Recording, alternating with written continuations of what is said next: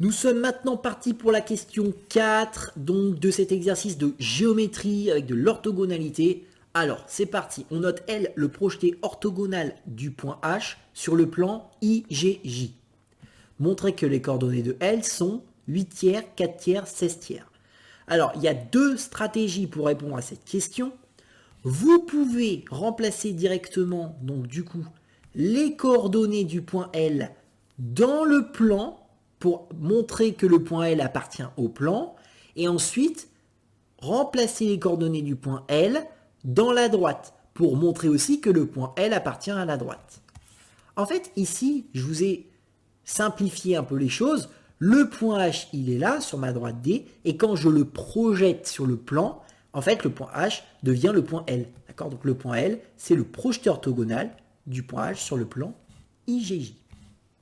Je vais vous faire les deux méthodes. Donc, première méthode, on utilise, du coup, le point L qui est là, et on démontre que ce point L appartient à la droite, dans un premier temps. Donc, la droite D, elle s'écrit X, Y, Z. Donc, on avait vu ensemble que c'était, donc, du coup, pour la droite, donc, moins 1T, on avait vu 4 plus 1T, donc 4 plus T, bon d'accord, et puis 8 plus T, avec T qui appartient à R. Bien, donc démontrons dans un premier temps que L appartient à la droite D. Donc qu'est-ce que je vais faire? Je vais marquer ici XL, YL, ZL, comme ceci, moins 1T, 4 plus T, et puis 8 plus T, et je vais faire une petite équation. Et si je démontre que le point T, c'est bien, enfin le paramètre T, c'est le même pour XL, YL, ZL, ça veut dire que le point L appartient bien à la droite. On y va? XL, donc 8 tiers, 4 tiers, 16 tiers. Ok. 8 tiers, 4 tiers, 4 tiers, 16 tiers. Ok. C'est égal à donc moins 1T, 4 plus T ou 8 plus T. Bien, donc du coup, j'obtiens, alors, hop, moins 1, voilà ce que je vais faire, clac, mais de l'autre côté, donc ça fait, donc du coup, T qui vaut 8 tiers. Ensuite, ici, je vais avoir T qui vaut 4 tiers moins 4. Ok? Alors attention, c'est T égale moins 8 tiers du coup. Puisque, hop, lui, je le passe de l'autre côté également. Voilà. Donc T égale moins 8 tiers. Ici, j'ai T égale 4 tiers moins 4. Et enfin, j'ai ici T qui vaut 16 tiers moins 8. 16 tiers moins 8. Et donc finalement, j'obtiens T égale donc moins 8 tiers. Ici, j'ai T égale, alors, 3 fois 4, 12. 4 moins 12, bah moins 8 tiers. Et ici, T est égal à, donc 8 fois 3, 24. 16 moins 24, ça fait moins 8 tiers également. On a bien le même paramètre ici. Donc, le point L appartient à la droite D. Voilà, première étape. Deuxième étape, on va prendre toujours les coordonnées du point L et on va démontrer que le point L est bien inclus dans le plan IGJ. C'est parti.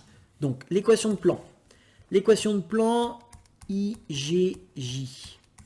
Alors, c'était quoi notre équation de plan? C'était moins X plus Y plus Z moins 4 égale 0. Ok, donc ça fait moins XL, je remplace par les coordonnées du point L, hein, plus YL, moins plus ZL, moins 4. Alors là, j'ai pas le droit d'écrire égal 0. Je vais chercher à voir si ça vaut 0. Si ça vaut 0, c'est que le point L, il est bien sur le plan.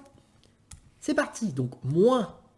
Alors, XL, les coordonnées, donc 8 tiers, 4 tiers, 16 tiers. Donc 8 tiers, 4 tiers, 16 tiers. Moins 4. Voilà, j'obtiens ça, hein, d'accord? 8 tiers, 4 tiers, 16 tiers. Ok. Donc égal. égale. Donc, moins 8 plus 4. Bon, tout est sur 3, donc c'est pratique. Donc, moins 8 plus 4, donc moins 4. Moins 4 plus 16, 12 tiers. Donc, 12 tiers moins 4. Allez, on connaît ces tables. Ça fait 4 moins 4, ça fait 0. Et donc, le point L, d'accord, et ben, appartient donc au plan IGJ. Donc, finalement, en démontrant ces deux choses, bah, on a démontré qu'en fait, L est l'intersection, L est bien le projeteur orthogonal, donc vous faites votre phrase de conclusion, voilà. Donc ça, c'est la première méthode. Puisqu'on vous donne le point, vous l'utilisez. Maintenant, deuxième méthode, on va retrouver nous-mêmes ces coordonnées, d'accord, en faisant l'intersection du plan et de la droite. Allez, on y va. Je change de page. Donc, deuxième méthode pour cette question. Un petit peu plus technique, mais... Donc, du coup, je vais dire que donc L est l'intersection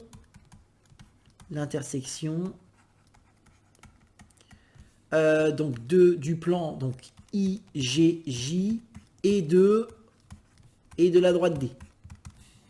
Donc, du coup, je résous le système. On va avoir donc X, Y, Z et le plan en dessous. Donc, le plan, c'est moins 1 X, d'accord, plus 1 Y. J'aime bien mettre les 1, moi. C'est vrai que, voilà. Plus un Z, moins 4 égale 0. Et là, c'est X égale, donc on avait dit moins T, 4 plus T, et puis Z, 8 plus T. D'accord? Toujours avec donc T qui appartient au réel. Bien. Donc ce qu'on va faire, on va remplacer donc le X qui est là, ici. Ensuite, on va prendre le Y qui est là, on va le remplacer là. Et le Z qui est là, on va le remplacer là. C'est parti. Allez, qu'est-ce que ça va nous donner? Donc, il faut tout réécrire. X égale moins T. Y égale 4 plus T. Et puis, Z égale 8 plus T. Et en dessous, donc on va avoir moins 1 fois moins T. Plus 1 fois, donc du coup, 4 plus T. Plus 1 fois 8 plus T. Moins 4 égale 0. Donc je mets égale 0 puisque je cherche la valeur du paramètre T. Allez, c'est parti. Donc là, moins 1 fois moins 1. Donc là, j'ai 1T. 1T plus 1T. Donc j'ai 2T. J'ai 3T. Donc j'ai 3T ici. 3T. Bon, il faut tout réécrire. Hein. Clac, clac, clac. Donc 3T égale 4 plus 8. Ça nous donne 12. 12 moins 4. 8. Bien. Là, j'ai 8. Je le passe comme ça. Donc j'ai moins 8. Finalement, je me retrouve avec donc T, le paramètre qui vaut moins 8 tiers. Et ça nous rappelle quelque chose. Ça nous rappelle ce qu'on a fait dans la méthode 1. C'est ce qu'on avait trouvé ici, moins 8 tiers. D'accord? Donc c'est bon signe. On trouve T égale moins 8 tiers. OK? Donc du coup, je peux trouver les coordonnées du point L en mettant ici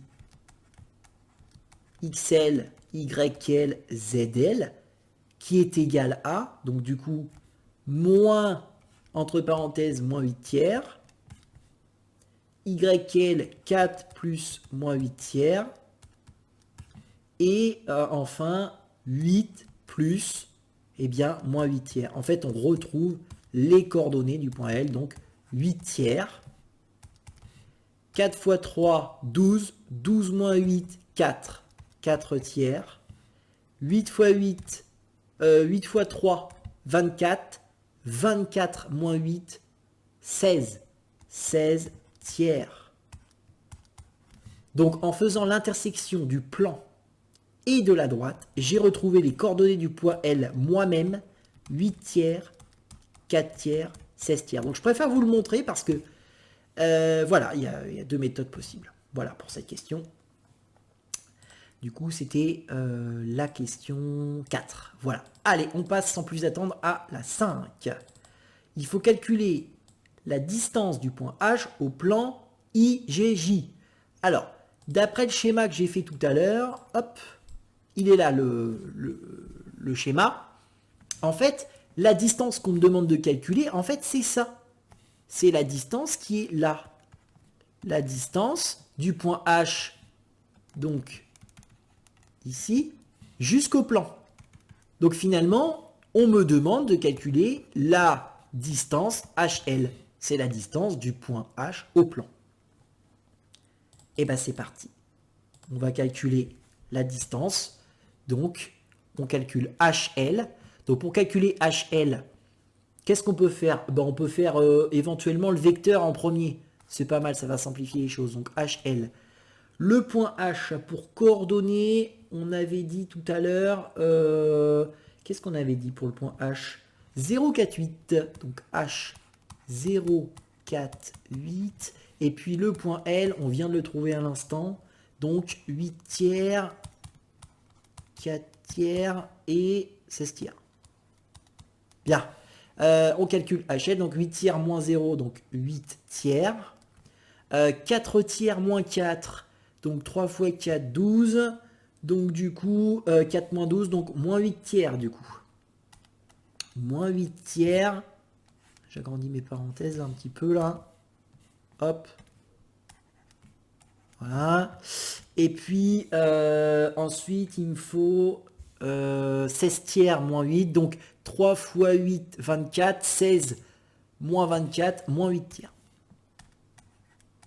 Voilà, donc j'ai les coordonnées de HL, donc je calcule HL, donc c'est la racine carrée, lorsqu'on calcule donc distance, racine carrée de donc 8 tiers au carré, plus moins 8 tiers au carré, plus moins 8 tiers au carré. C'est mieux de faire le vecteur avant, en effet, et donc on obtient HL qui vaut, bon là c'est calcul.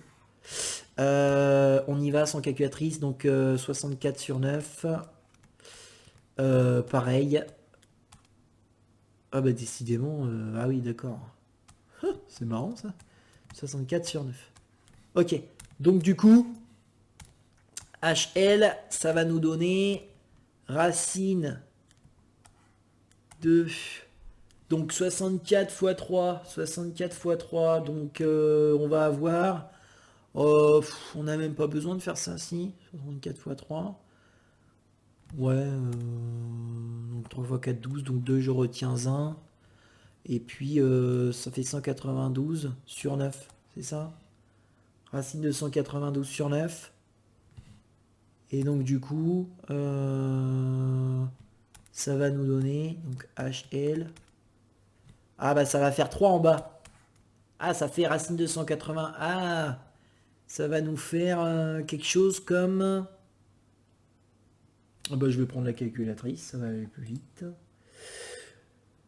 Elle est là ma Casio. Allez.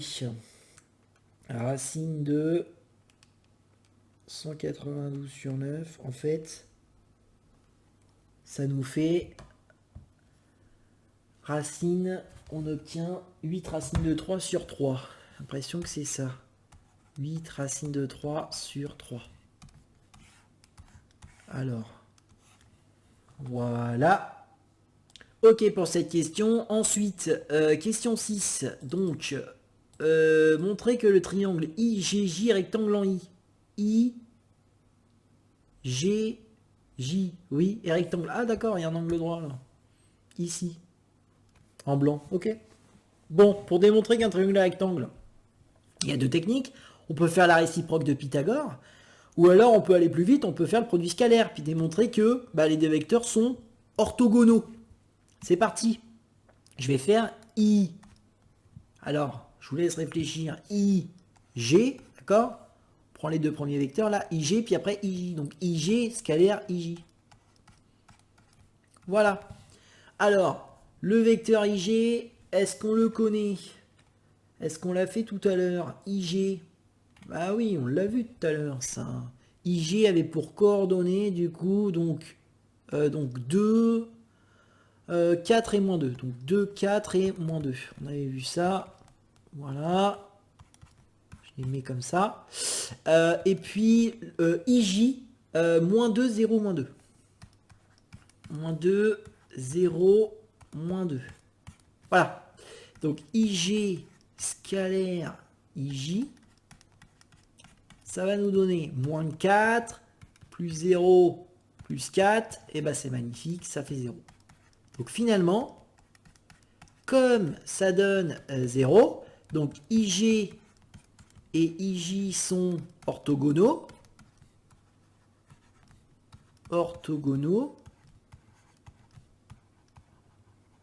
Donc, l'angle, donc JIG vaut 90 degrés. Donc, le triangle IGJ est rectangle en I. Ça va quand même plus vite que Pythagore. Pythagore, il faut calculer toutes les normes, c'est un petit peu fastidieux. Bon, voilà pour cette question 6. Question numéro 7 maintenant. Il y a marqué ici, donc, en déduire le volume. En déduire, ça veut dire que j'utilise forcément ce que je viens de faire dans la question juste avant. Qu'est-ce que je viens de voir dans la question juste avant? Je viens de voir que c'est un triangle rectangle là. D'accord? Je remets l'angle droit ici. On vous redemande donc de calculer le volume du tétraèdre. Alors pour calculer le volume du tétraèdre, ils sont sympas, ils vous redonnent la formule. En fait, il y a quelque chose de très important. La base, l'aire de la base, qu'est-ce que c'est? En fait, c'est notre triangle JIG. D'accord? C'est le triangle, ça. Triangle. Donc, on l'a appelé IGJ tout à l'heure. Hein. IGJ. C'est notre triangle. Sauf que c'est un triangle rectangle. Donc, on fait très attention parce que pour calculer l'aire d'un triangle, je rappelle qu'il y a deux formules. On fait attention. Lorsque le triangle est rectangle, l'aire de ce triangle qui est là, c'est longueur fois largeur sur 2. En revanche, lorsque j'ai un triangle scalène, triangle quelconque, on va dire, donc par exemple comme ça, là ici, attention, pour calculer l'aire, on va prendre la longueur ici de la base fois la hauteur. D'accord? Sur 2. Donc ça c'est H, et ça c'est la longueur de la base. D'accord? Donc l'aire ici de ce triangle, ça va être donc la longueur de la base,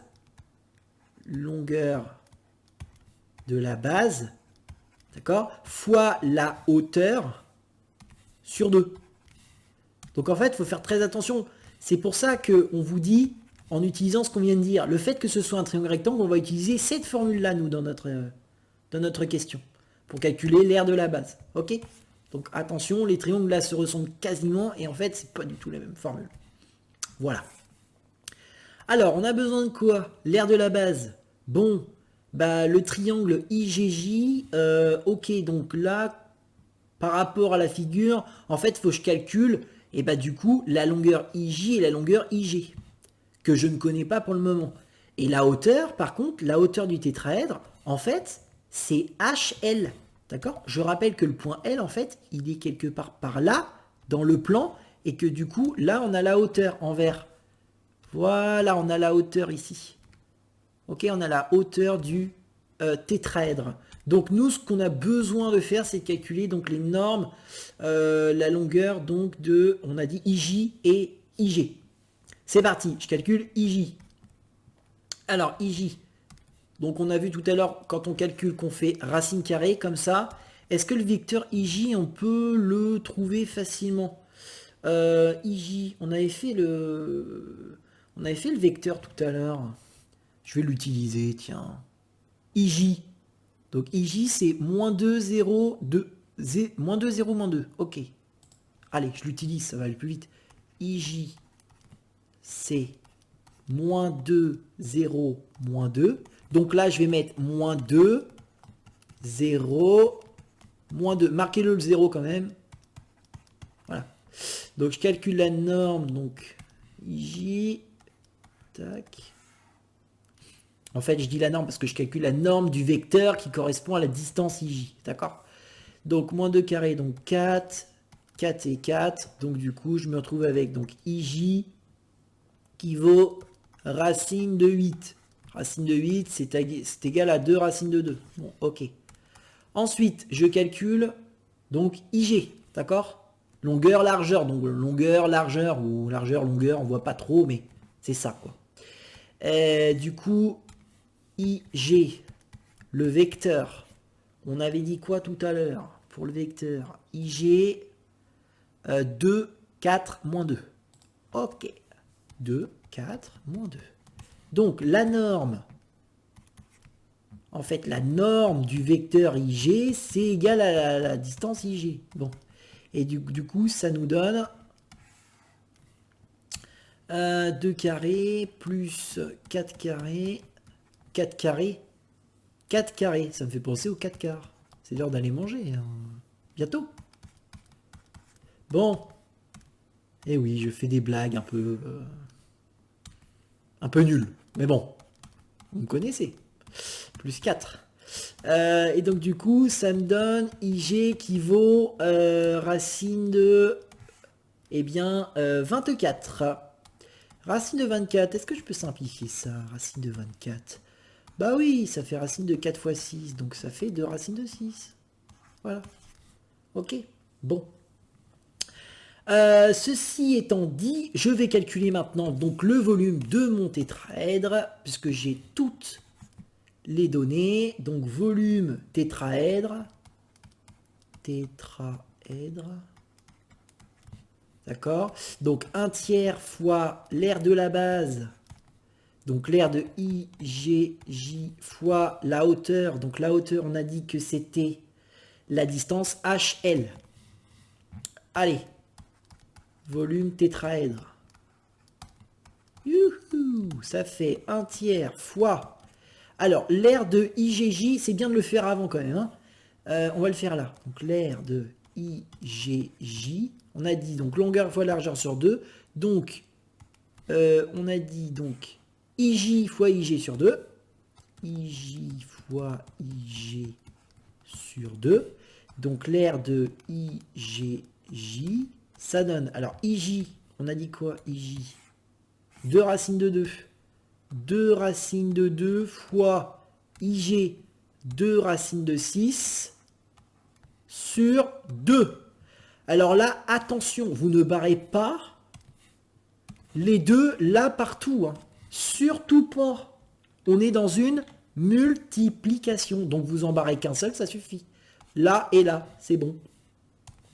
Et on se retrouve donc avec 2 fois racine de 6 fois racine de 2. Donc 2 fois racine de 12. Quoi. En gros, ça fait 2 racines de 12.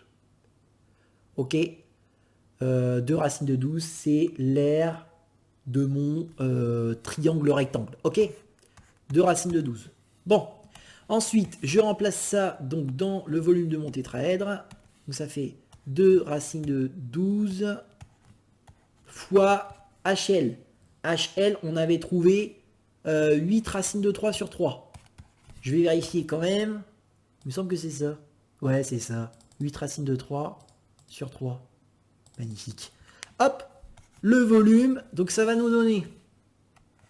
Allez, on calcule tout ça. Donc, 2 fois 8, 16. Ok. Racine de 12 fois racine de 3. Ça fait racine de 12 fois 3, c'est-à-dire 36. Le tout sur 3 fois 3, 9. Donc, si je simplifie, qu'est-ce que je vois là? 36. Racine de 36, est-ce que je peux simplifier ça? Normalement, oui. 16 racine de 36 sur 9. Ah, il y a la table de 4 là. 16 fois racine de 9 fois 4. D'accord? Bah oui, mais évidemment. Oh, oh là là là là. Oh là là, je mérite une claque. Racine de 36, bah évidemment que ça fait 6. Non mais ça va pas, non. Oh, bah je suis désolé, hein, voilà. 16 fois 6, 36. 6, je retiens 3, 96 sur 9. Et 96 sur 9, bah là je reconnais la table de 3. C'est 32 sur 3. Donc du coup, quelle unité on met? Bah il n'y a pas d'unité puisqu'on est dans l'espace. Hein. Bah ouais, qu'est-ce qu'on nous dit là? Il faut trouver le... Qu'est-ce qu'on nous dit? On nous dit rien. Bon, bah écoutez, on met rien. 32 sur 3. Allez, voilà pour le volume de ce tétraèdre. Et puis voilà pour cet exercice. Eh ben merci de votre attention et à très vite dans un nouveau corrigé de bac.